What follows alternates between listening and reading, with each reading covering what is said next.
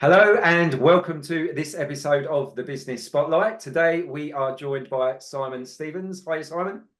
Hi, Mark. How you doing? Yeah, very good. Thanks very much for joining us today. Thanks for having me on. Pleasure, absolute pleasure.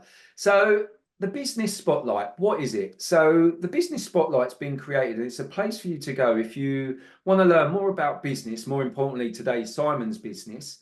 And if you're thinking about getting in business, or if you're already on that entrepreneurship journey, you're in the right place. So, Simon, if you could just kick things off for us, please, by letting the audience know who you are, what you do, and how long you've been doing it for. Yeah, no worries, Mark. So I'm obviously Simon, founder of VOW Nutrition. Company actually VOW Sports, but the brand is called VOW Nutrition. We're a sports nutrition brand that started just under 5 years ago. You can find us in Holland Barrett, in Boots. We've got distribution into quite a few different countries now. So we've managed to do quite a bit. You may have seen us from being the official nutrition partner of Team GB for the Paris Olympics.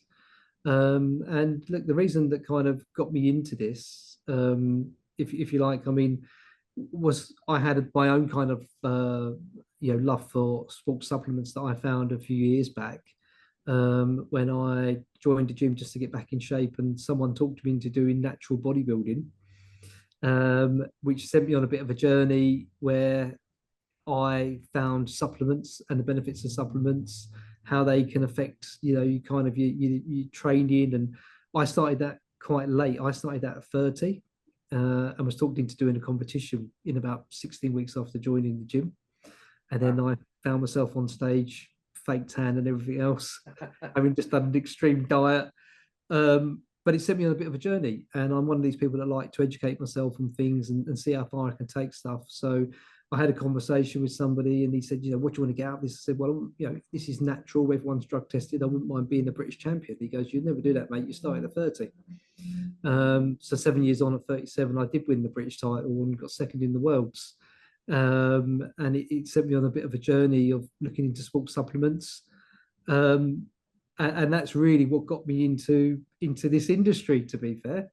So that's how this business kind of started, if you like. Yeah. Wow, what a journey. I mean, and that sounds like quite a quick succession journey. And first and foremost, congratulations as well on the British title. I mean, that's pretty awesome. I mean, like whoever it was, your friend or whatever that said you're a bit late sort of starting. And it sounds like me, it was one of those sort of like the gauntlet's been thrown down moments. It's like, oh my pint. Do you know what? Ironically, it was a guy who I used to. I took him on as a coach. Yeah. In my first couple of competitions, and I'd watched a program on Discovery TV, and this guy had taken these normal people and put them on this natural bodybuilding journey, and it was really interesting. And it just so happened that this guy who I was introduced to was the guy who took on these guys on the Discovery program. So I was like, instantly, wow, and I've got the guy from the program helping me out. Yeah. And then he was the guy that said to me, mate, you're never going to do that. You started way too late. Yeah. And then you just went, oh, okay, that's a challenge. I'm taking it. Yeah, I think that was it. Yeah. Brilliant. So, Simon, what would you say then? I mean, let's be honest. I mean, there's an awful lot of products out there that sort of offer various different things from a supplementation point of view.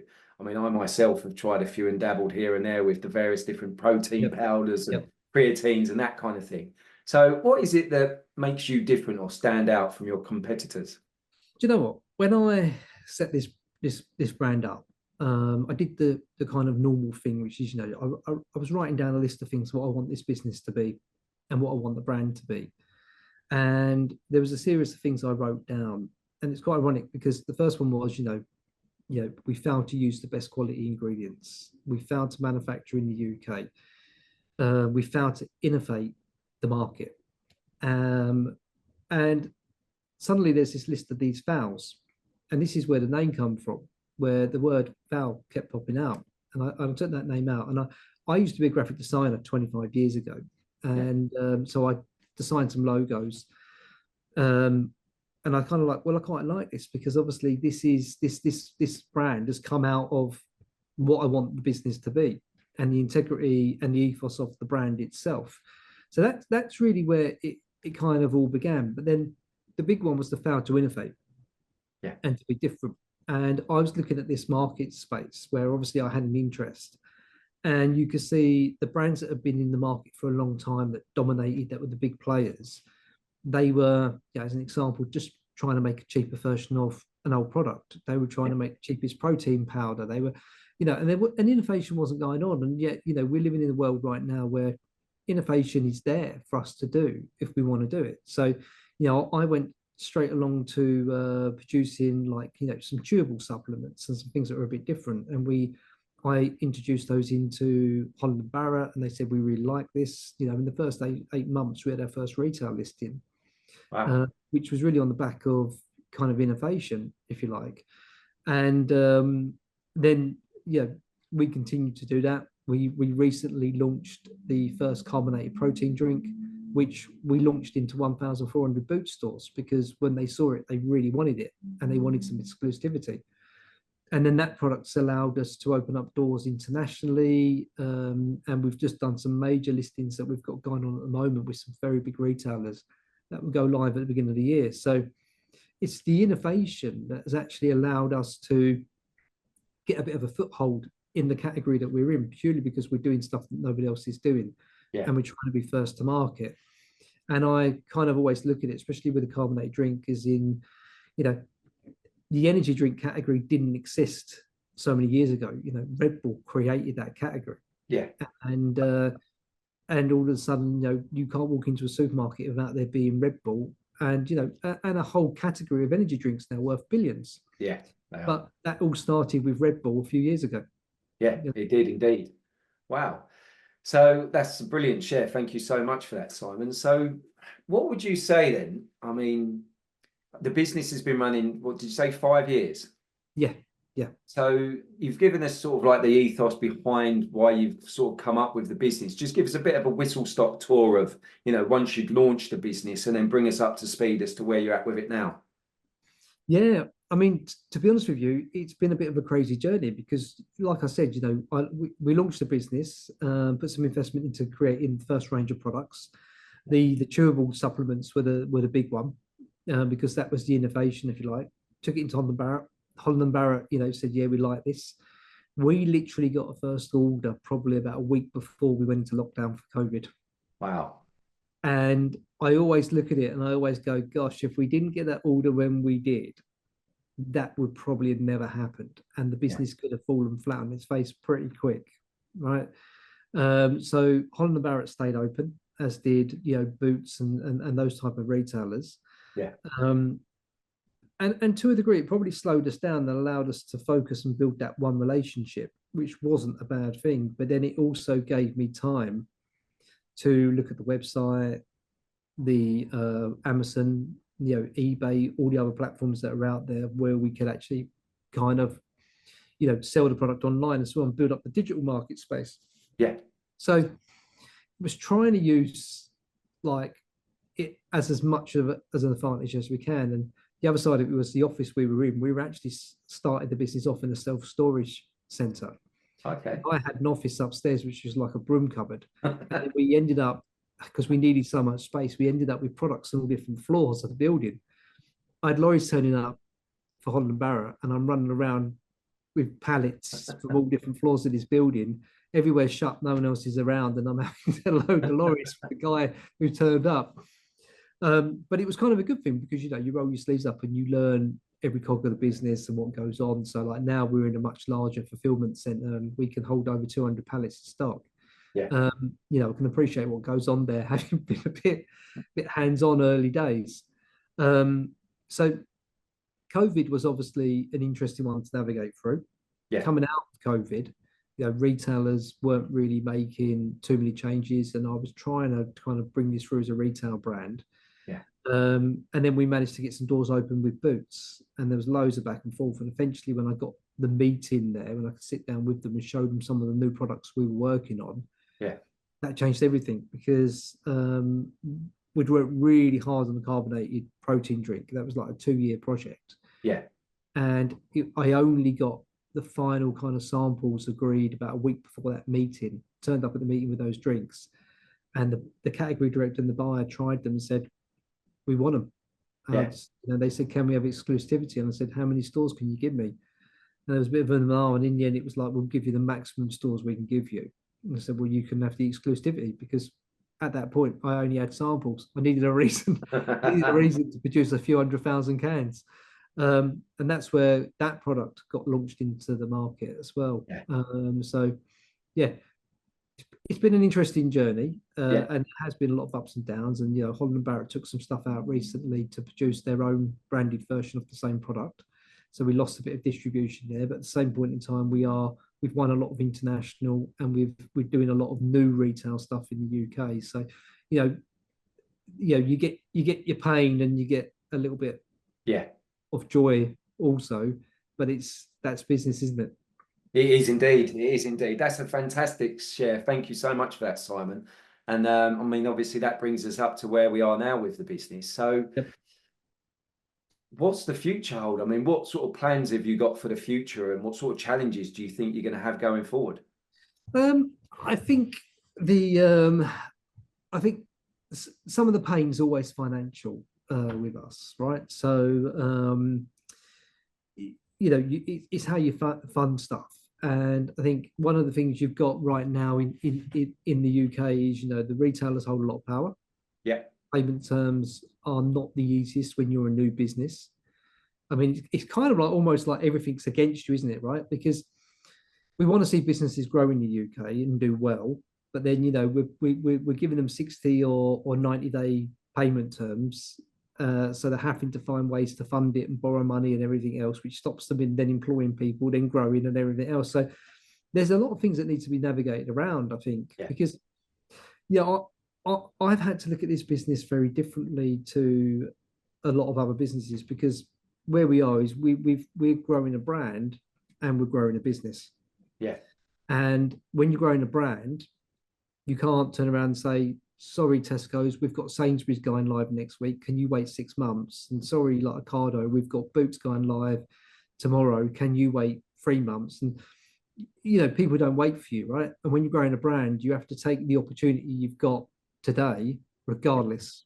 And there's nothing you can do about that. Because if you say no to a major retailer today, you may never, ever get that opportunity ever again.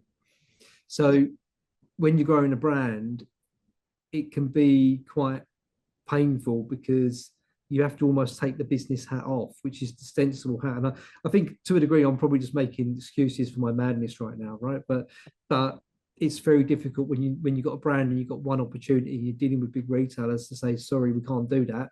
Can you give us another year? We're going to be in a better financial position at that point. Yeah.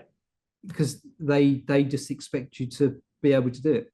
Absolutely. And they'll pay you, they'll get the order, and they pay you at 90 days, let's say, but they've ordered 5 times since that first order before they've even paid you. So you're having to navigate through the financial burdens, and maybe self-funding and borrowing and factoring invoices and all these weird and wonderful things, just to kind of get to that point.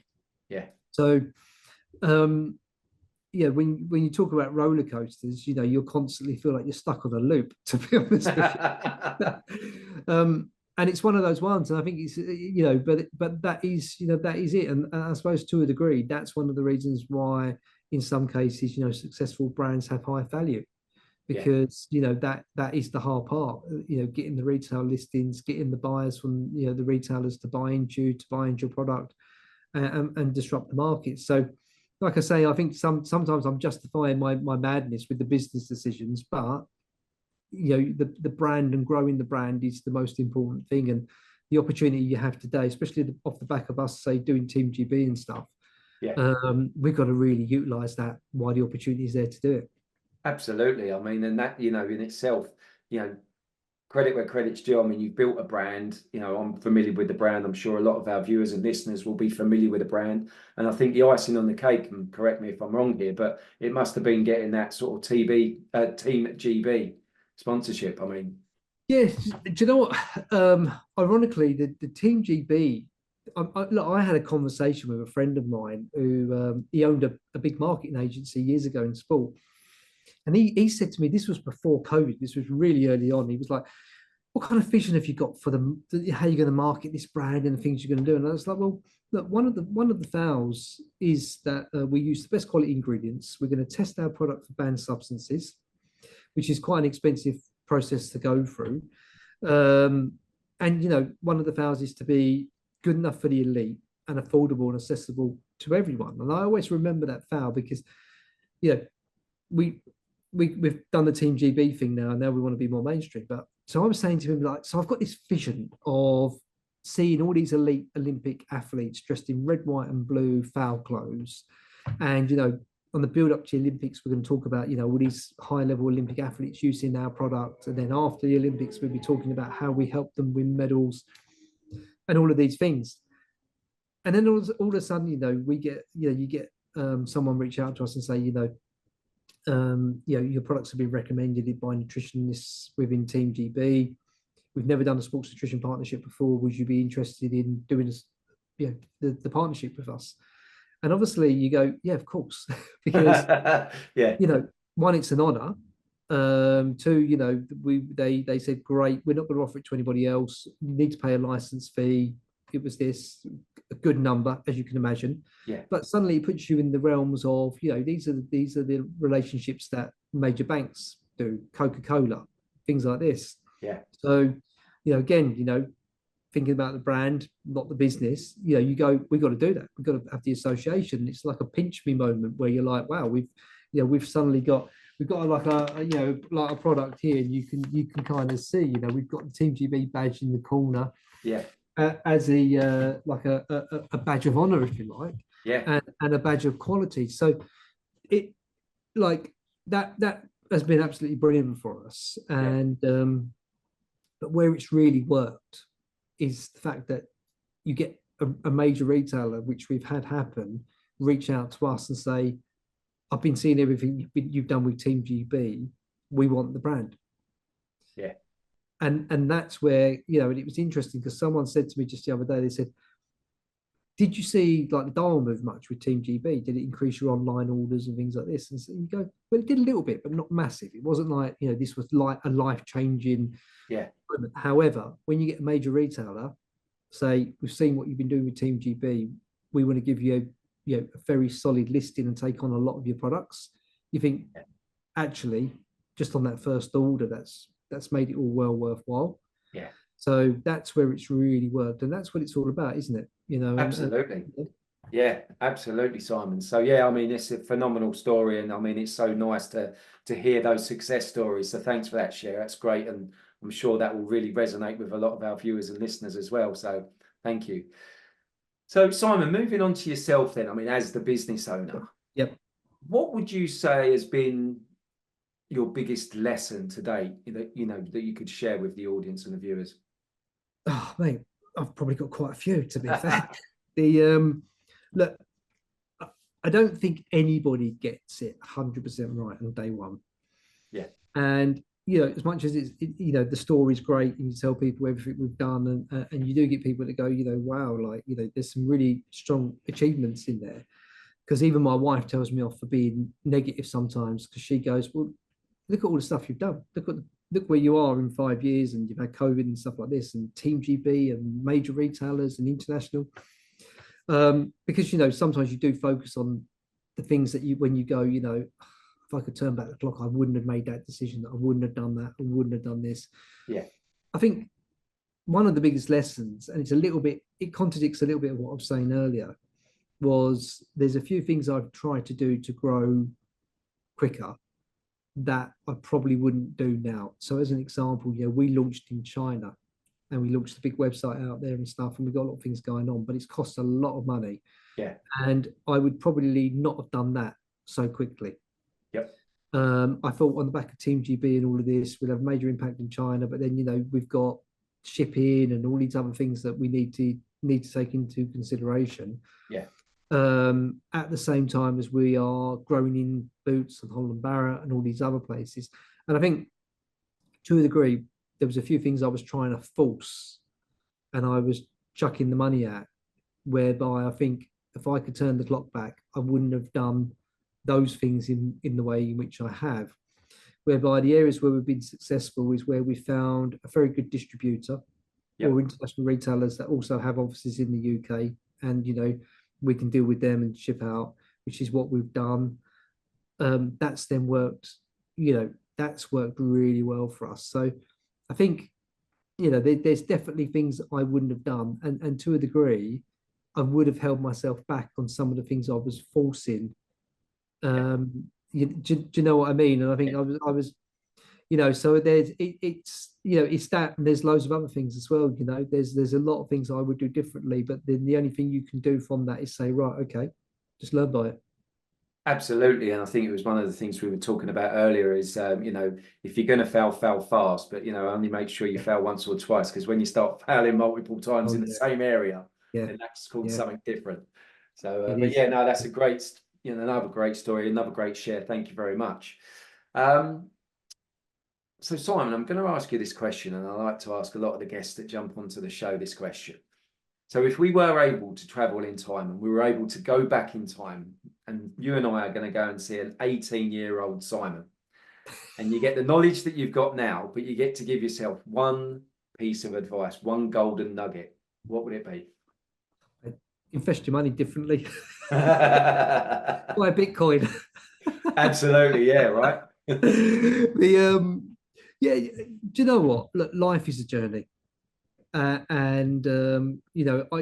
funny you mentioned 18, and I had this conversation with someone the other day. Like I left. I started doing a university course in graphic design, and I couldn't afford to do it, so I left, and I looked everywhere to get a graphic design job. And one guy gave me an opportunity, right? And those design skills are a massive part of what I do today, where I do the branding, the packaging, the website.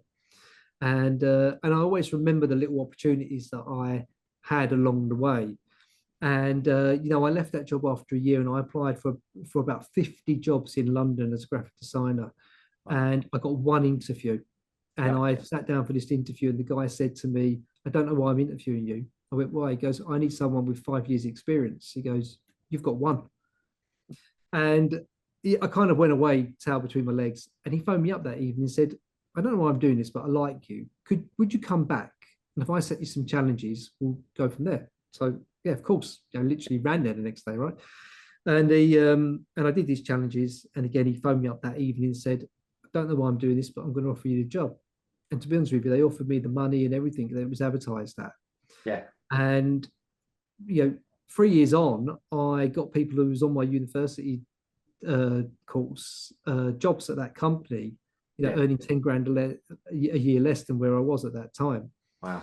And I kind of look at opportunities that you get given along the way and how people help you. And I ended up in sales, and my first business was actually selling office equipment, and on the back of working for a big American sales business. Yeah.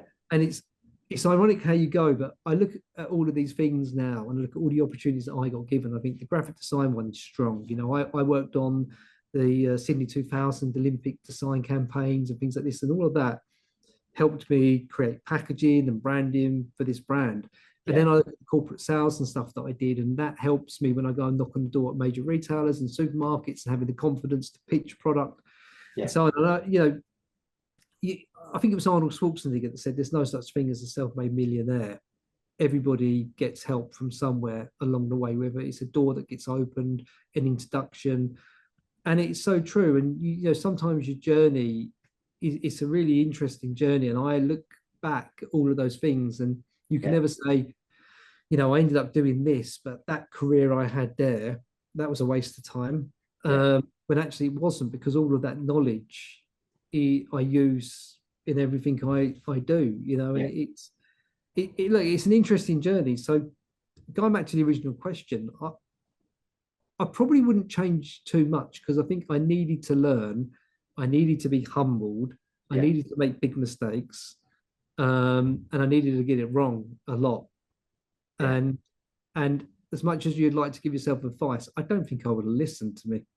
I think I'm one of those where I needed to learn the hard way. Yeah, that's a really great share, because it's refreshing as well. Thank you, Simon, because you know, we all, I mean, you obviously made a bit of a quip at the beginning about investing in, some people say Apple or Bitcoin and that kind of thing, but Yeah. you're so right in what you're saying with regards to, you know, it's about enjoying that process. Part of that journey is like, you know, the things, the skills that you've acquired along the way have got you to this point now where, like you've said, you know, do you think, or would you be able to have done the things you've done without having that journey, that experience, those things that you've just mentioned? And so, yeah, that's a fantastic share. And I'm sure, again, that's going to really hit home to a lot of our viewers and listeners. So thank you very much.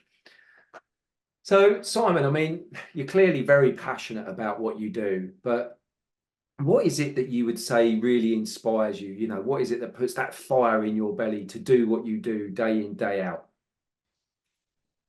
Do you know what? It's the vision, right?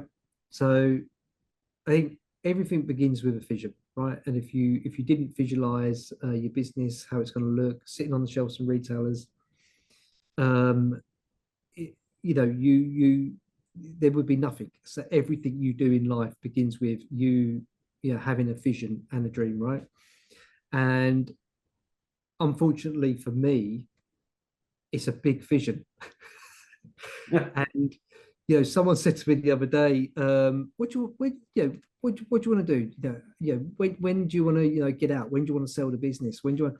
And I kind of went, well, at the moment, I mean, you can never say never. When if a good offer comes along, right, you've got to take it seriously, right? And you have, but at the moment, the vision is to grow the biggest sports nutrition brand in the world, and that's why I'm putting the effort into the international. That's why I've made mistakes from trying to be too aggressive on that.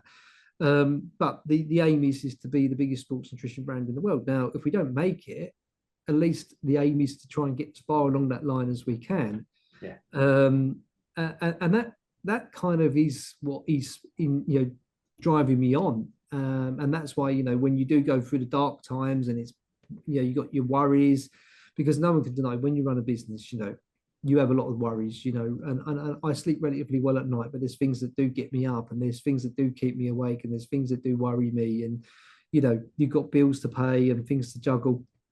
But ultimately, you know, that vision of where I want to be, where I want the brand to be, you know, is the bit that is really, really, really driving me on every day to keep kind of, you know, rolling up the sleeves, if you like, and fighting on. And, you know, you will get knocked down in a few rounds. You just have to keep back up, and you just have to drive forward. And you know, that's what keeps the dream alive. And eventually, as hard as it is, and as daunting as some of it seems, you kind of find a way. Yeah.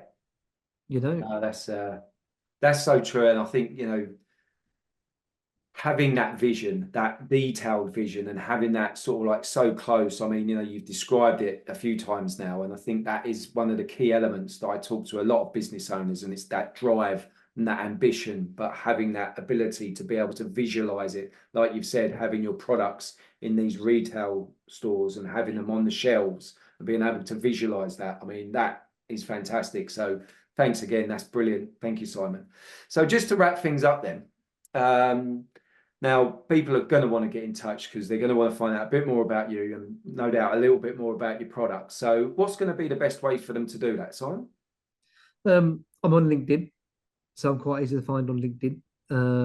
And even if someone was to send a message on the website, or, you know, I quite often get the ones directed to me forwarded on to me. Yep. So I can read all of those. So that's a really, really good way to do that. But look, I'm quite active on LinkedIn, which is a really nice way to connect with people and find out more about other people. And, you know, I think I always have an interest in what other people are doing as well, because I think regardless of industries being different, we can all learn something off each other. Yeah. And I think that's really, really important. So I'm quite happy for people to reach out to me if anyone's got any questions or wants to have a chat. You know, and I think like I say, it is good to talk, and being the kind of founder, CEO, you know, sole director of any business, I think, you know, it's got its challenges, and sometimes it is good just to even just grab a coffee with someone for 10 minutes Yeah, and talk over things that, you know, aren't all the glory and the positives and everything else. And absolutely. you know, I said to someone earlier, I said, you know, when you sit down and talk about the brand, it all sounds great and everything, because that's what you do, right? But you don't always sell what goes on behind the scenes. That's what did you sell? What Yeah, goes in front of everybody? You know, absolutely. No, that's brilliant. Well, listen, Simon, it's been fantastic having you on the show and finding out a bit more about you and a bit more about your business as well. Thank you. no, it's been my pleasure, Mark. Thank you so much. And for everybody watching or listening, that is a wrap. That's the Business Spotlight. We'll see you all again very soon. Take care.